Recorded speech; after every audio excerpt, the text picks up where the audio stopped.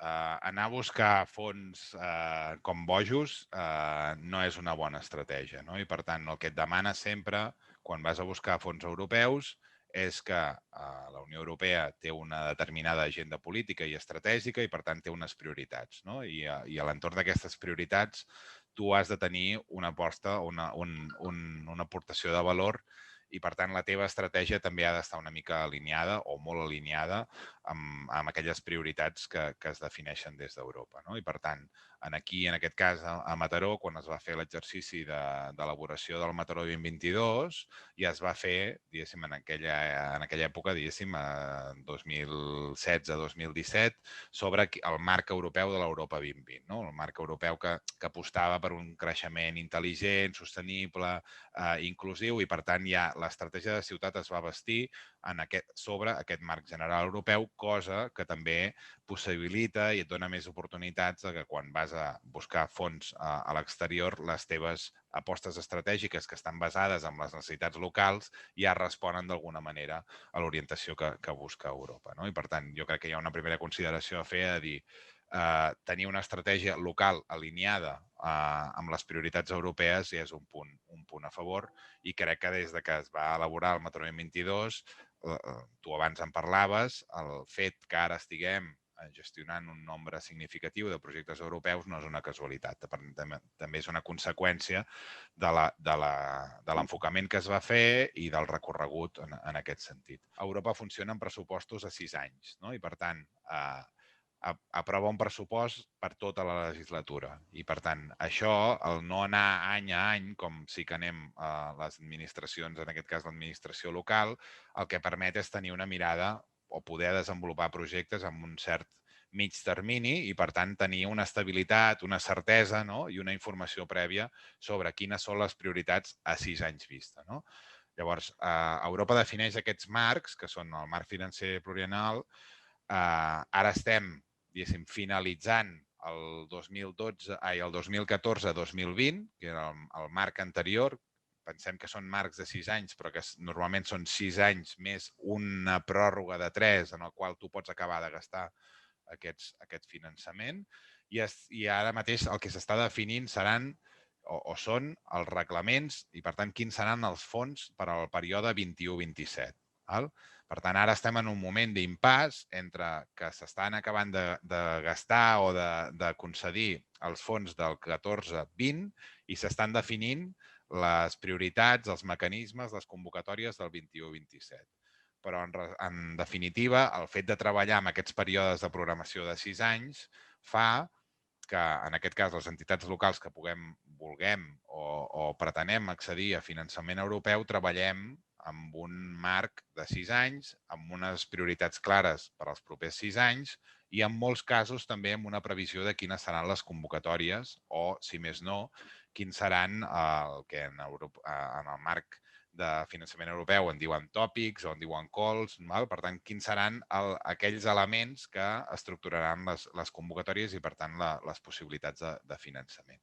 Bàsicament, el que intentem és treballar amb una lògica, diguéssim, no reactiva, sinó propositiva. I, per tant, un cop sabem, ara estem analitzant, per exemple, quins seran els fons del 21-27, per on tenien les convocatòries, les prioritats, i, per tant, el que s'intenta en tot moment és que l'ordre no sigui ha sortit una convocatòria, anem a definir quin projecte presentem, sinó que sigui a l'inversa, no? Que tu ja tinguis una estratègia prèvia, que ja tinguis una cartera de projectes definits i el que vagis a fer és a cercar quina convocatòria s'ajusta més a les característiques o a les necessitats de cada projecte. Però, diguéssim, si haguéssim de determinar una mica el cicle de vida d'un projecte europeu, fonamentalment varia molt si és un projecte en el qual tu et presentes de manera individual o si t'has de presentar en partenariat. Si t'has de presentar en partenariat, a part de la teva idea inicial del projecte, has de fer aquest treball que et deia previ, no? De cerca de socis, en el cas que siguin fons competitius de socis transnacionals. Per tant, has de veure quins altres països, i aquí la Unió Europea no és neutre quin tipus de socis agafis. Hi ha un tema d'equilibri entre països que també es valora molt, no? I per tant, si pots tenir si un projecte té un soci del sud d'Europa, un soci de centre Europa, un de l'Europa de l'Est, això és un tema que es veu amb molt bons ulls a l'hora de fer la valoració dels projectes, no? Però, en definitiva, el cicle de vida útil, almenys a l'Ajuntament i en clau interna, acostuma a ser fonamentalment el mateix. La definició d'una idea de projecte en base a quina és l'estratègia de la ciutat o del territori i quins són els agents que el poden impulsar, un treball, diguéssim, previ d'identificació de quina és l'aportació que pot fer cadascun dels socis o quina és l'aportació que pot fer cada àrea de l'Ajuntament en relació al projecte o en relació a estudis previs que s'hagin fet o projectes previs en aquest àmbit. Després hi ha tot el tema d'anàlisi de requisits de la convocatòria, no? I, per tant, la determinació de calendari, de recursos necessaris, de pressupost, de mecanismes d'execució i de coordinació. Hi ha un pic de feina sempre a la identificació del projecte i l'elaboració de la memòria, de la documentació, de la proposta, diguéssim. Aquí hi ha convocatòries que tu jugues a una carta, tu presentes una sol·licitud de subvenció amb una memòria tècnica i et diuen després quina és la valoració. Hi ha algunes convocatòries que el que fan és fer una crida a una primera pluja d'idees, diguéssim, unes propostes que si passes aquest primer cribatge després et permeten acabar de concretar, no?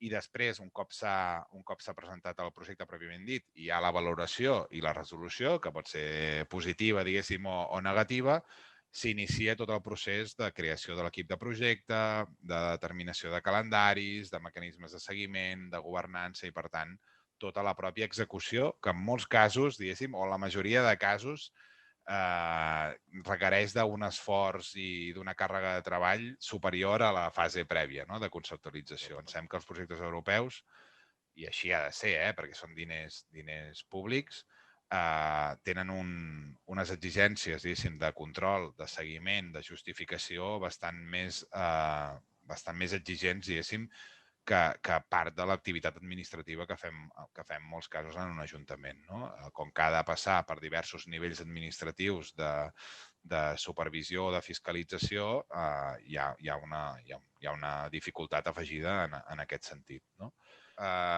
Podem anar des d'un fons FEDER que treu la Generalitat i que treu unes bases i una convocatòria al mateix moment, no?, i que, per tant, has de fer un procés express en el qual pots tenir 2 mesos per conceptualitzar el projecte, presentar-lo, executar-lo durant un període de 2-3 anys i després tancar-lo amb tots els requeriments que puguin venir o amb la fiscalització posterior durant 2 anys més i, per tant, ens anem en un cicle de 5-6 anys, comptant-ho tot. Des d'això fins al cas extrem que et deia de dir ara podem anar conceptualitzant algun tipus de projecte a presentar l'any 23 o l'any 24 en el marc d'un fons competitiu i, per tant, estaríem començant a treballar 2 o 3 anys abans per presentar el projecte. I un cop presentat el projecte, pugui ser un projecte de 3 anys més, per tant, ens aniríem ja a 6 i acabar de tancar amb 3 més. Seria un cicle complet gairebé de 9 anys, no? Des de que tens una primera idea, des de que la madures, des de que l'orientes a les prioritats europees, cerques socis, etc. No? I, per tant, des d'un cicle molt curt i molt intensiu a un cicle molt llarg. El que està treballant ara l'Ajuntament i de manera, diguéssim, s'havia començat a plantejar de manera prèvia al Next Generation, però que el Next Generation també serà un detonant, entenc, en aquest sentit, és el disposar d'una estructura específicament encarregada d'aquesta funció, no? I, per tant, de disposar d'un equip de treball que fonamentalment el que faci és aquesta funció, diguéssim, de detecció d'oportunitats, de captació de finançament públic extern, no? I, per tant, d'elaborar aquest tipus de projectes. Actualment, comptant els diversos serveis, la feina aquesta més de prospectiva, de definició de convocatòries, etc., jo crec que ens mouríem amb un equip a l'entorn de les 6-7 persones, no? Entenent que en cada àrea hi ha alguna persona que és encarregada de revisar, d'identificar convocatòries, més les que puguem tenir en el nostre servei, però que en definitiva ara actualment no són persones que es dediquin únicament i exclusivament a això, i la voluntat és anar avançant cap a aquesta línia, no? Cap a tenir un equip segurament més reduït, però especialitzat en fer aquestes tasques més d'identificació, d'acompanyament, de presentació de projectes i després la pròpia gestió dels projectes ja va amb una pantalla a part. Sobre això, diguéssim, no hi ha receptes màgiques, és estar molt al dia, anar fent formació, anar consultant molt la documentació, diguéssim, legal que va traient la Unió, els diversos reglaments, els documents més estratègics d'orientació. Hi ha també serveis d'acompanyament en els ens locals en aquest sentit. La Generalitat té un servei de fons europeus que va traient amb una pàgina actualitzada de convocatòries, no? O de previsió de convocatòries, i sobretot en aquest cas la Diputació de Barcelona també fa una feina que aprofitem d'acompanyament en aquest sentit, no? D'acompanyament tècnic com d'acompanyament econòmic, i per tant és estar molt en el dia a dia, en quines convocatòries sortiran, i jo crec que el Next Generation mereix un capítol a part, no? És a dir, ara sí que hi ha unes grans expectatives sobre quines convocatòries sortiran, amb quina dotació, qui es podrà presentar, no? Perquè entenem que l'Ajuntament serà un dels beneficiaris, però hi ha des de persones a títol individual, no? que puguin sol·licitar algun tipus d'ajuda o subvenció, com també empreses, i per tant estem molt a l'expectativa en aquest sentit. Sí que és cert que hi ha algunes pàgines o alguns portals que centralitzen aquesta informació, però estan molt al dia a dia i molt amb una mirada que sigui capaç de desxifrar entre un document que et diu cap on tenien les coses i poder entreveure les convocatòries com seran, no?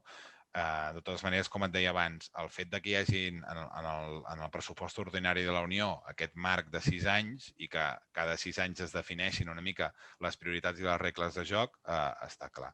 Des del punt de vista de prioritats, si parlem de la Unió Europea, el Next Generation així ho explicita. Hi ha, diguéssim, dos grans eixos en els quals la Unió està treballant. Un és tot el que té a veure amb la transformació digital. La transformació digital no només de la pròpia organització o de la pròpia Unió, sinó de tot el teixit productiu, de totes les capacitats digitals de la població, i per tant és un dels eixos prioritaris per al proper període. I l'altre és tot l'àmbit de la transició ecològica.